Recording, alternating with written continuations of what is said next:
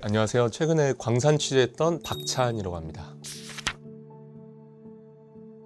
지난해 이제 봉화 광산 매몰 사고가 있었을 당시에는 두 분이 같이 매몰이 됐었는데, 박정환 씨는 몸 상태는 상당히 나아진 상태셔서 이제 더 이상 몸에 문제가 있다고는 하진 않으셨고, 다만 정신적인 문제를 아직 갖고 있다고 하시더라고요. 이제 트라우마 치료를 받고 있으신데, 광산에서 매몰됐던 시간 동안 생명의 위협을 느꼈던 경우가 이제 빛이 하나도 없어져서 앞이 하나도 안 보일 때가 가장 무서웠다고 했는데, 그로 인한 두려움, 공포 때문에 지금도 불을 켜고 자시고 불을 끈 채로 생활할 수가 없다고 하셔서 치료를 아직 받고 계신다고 합니다. 1980년대에 이제 박정환 씨가 처음으로 이제 광부 생활을 탄광을 들어가면서 시작하셨다고 해요. 당시 관련자들 이야기 들었을 때도 박정환 씨가 아무래도 베테랑 광부다 보니까 믿었다고 해요. 위에서는 일반적인 광부라면은 안전한 지역을 못 찾을 텐데, 박정환 씨라면은 위에서 구출하려던 사람들이 어디에다가 먼저 봉을 뚫을지 예측을 해서 그쪽에 가 있을 거라는 믿음이 있었고, 그 위주로 이제 봉을 뚫었는데 마침 박정환 씨가 거기 있었다. 그래서 박정환 씨 덕에 구출이 잘 될 수 있었다라는 이야기를 했던 기억이 남습니다.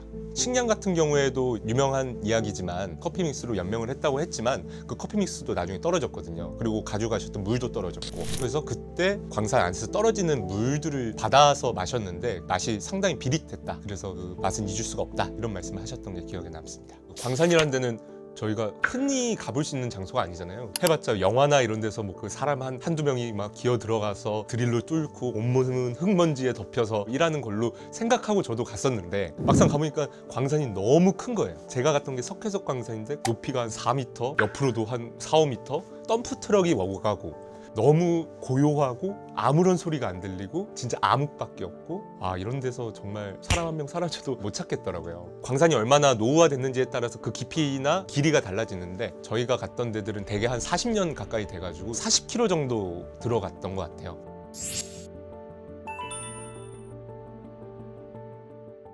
제가 갔던 광산 외에도 현재까지 운영되고 있는 광산은 한 320곳 조금 넘는 걸로 알고 있어요. 근데 우리나라에서 지금 신규 광산이 없기 때문에 보통 광산의 운영 기간이 평균 20년 정도 됐다고 하더라고요. 그러면 상당히 노후가 됐다 보니까 안전사고도 많이 나고 있어요. 특히나 이제 사망이나 중상 등 이제 중대재해가 발생했던 광산이 2020년부터 3년 동안 한 35곳 가까이 되거든요. 그러다 보니까 종합재해지수라고 이제 해당 사업장의 안전 지수를 평가하는 체계가 있는데, 우리나라 같은 경우에 광산의 안전 위험은 4.0 정도로 높은 수준을 유지하고 있어요. 이에 반해서 선진국 같은 경우에는 1.9에서 2.0 이하의 수준을 유지하고 있어서 우리나라 광산이 더욱 위험하다라는 평가가 내려지고 있습니다.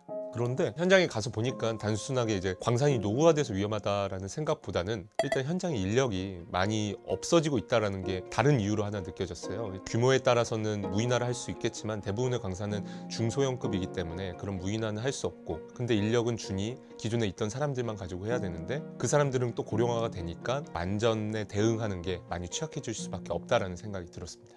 일단 현장에서는 기본적인 안전 대응들은 다 잘 되고 있었어요. 안전모, 내부에서 사람을 잃어버렸을 때 잘 찾을 수 있도록 형광조끼, 기타 안전 장비들은 다 이제 착용한 채로 들어갔고, 갱도의 끝으로 갈수록은 점차 산소가 부족해져요. 장비가 계속 작동을 하면 당연히 이산화탄소가 많이 증가할 거고, 산소 농도가 낮아지니까 의식 잃을 확률이 많이 높아져요. 그러다 보니까 계속 공기를 공급할 수 있는 선이 이어져 있거나 전기 모터를 사용하는 장치를 이용하는 추세로 많이 바뀌고 있다고 하고요. 특히나 인상적이었던 거는, 만약에 붕괴나 아니면 내부에서 화재가 났을 경우에 어느 지역으로 안전하게 대피할 수 있는지 대피 포인트들은 있더라고요. 그런 대피 포인트에 모여야지 본인들도 나중에 찾을 때 더 편하기 때문에 그런 포인트들이 어디인지 인지를 시켜주는 점들이 인상적이었습니다. 간 곳 중에 하나에서는 광산 내 매몰 사고나 화재 사고에 대비하기 위한 생존 바스라는 게 있었는데요. 아까 말씀드린 생존 포인트에 생존 바스를 놔뒀던 건데, 사람 한 8명까지도 들어갈 수 있는 큰 철제 박스더라고요. 거기 안에는 뭐 생필품, 의약품, 심지어 뭐 일회용 병기 같은 것도 있었고, 가장 위험한 게 두려움이 전파되는 거잖아요. 의욕을 잃지 않도록 잡담을 나눌 수 있도록 테이블이 있고, 카드나 화투도 칠 수 있도록 카드 패들이 있다는 게 인상적이었습니다. 지금까지는 광산마다 자체 안전 구조대나 안전 규정들이 다 있었지만, 이게 사실 뭐 통합된 기준들이 아니다 보니까 제각각이었고, 사실상 뭐 명문화만 돼 있는 요식행위에 지나지 않았던 것들도 많은 걸로 알고 있습니다. 그러다 보니까 정부에서도 박정환 씨 사고가 기점이 돼서 광산 안전 종합대책이라고 올해 초에 이제 발표를 했었는데, 일단은 광산 갱도를 그린 이제 지도가 있는데, 그거를 디지털화하는 걸 지원하기로도 하고, 생존 박스를 의무화하도록 지원 방안을 찾고, 특히나 구조 매뉴얼이나 이런 게 제가 제각각이었는데 그 매뉴얼을 좀 통합해서 만들기로 한 상태입니다.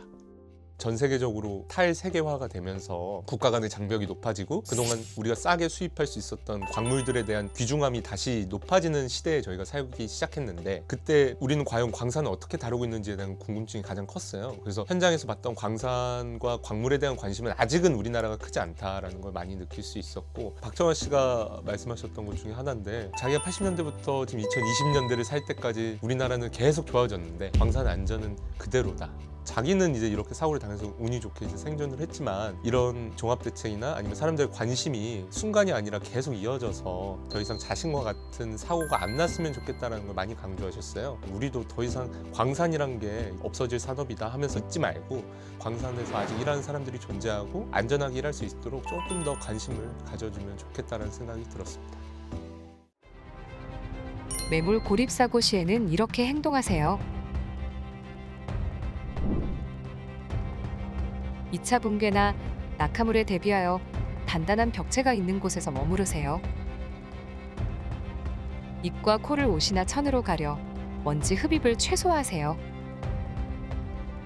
불필요한 체력 소모는 자제하고 편안한 자세를 유지하며 구조를 요청하세요.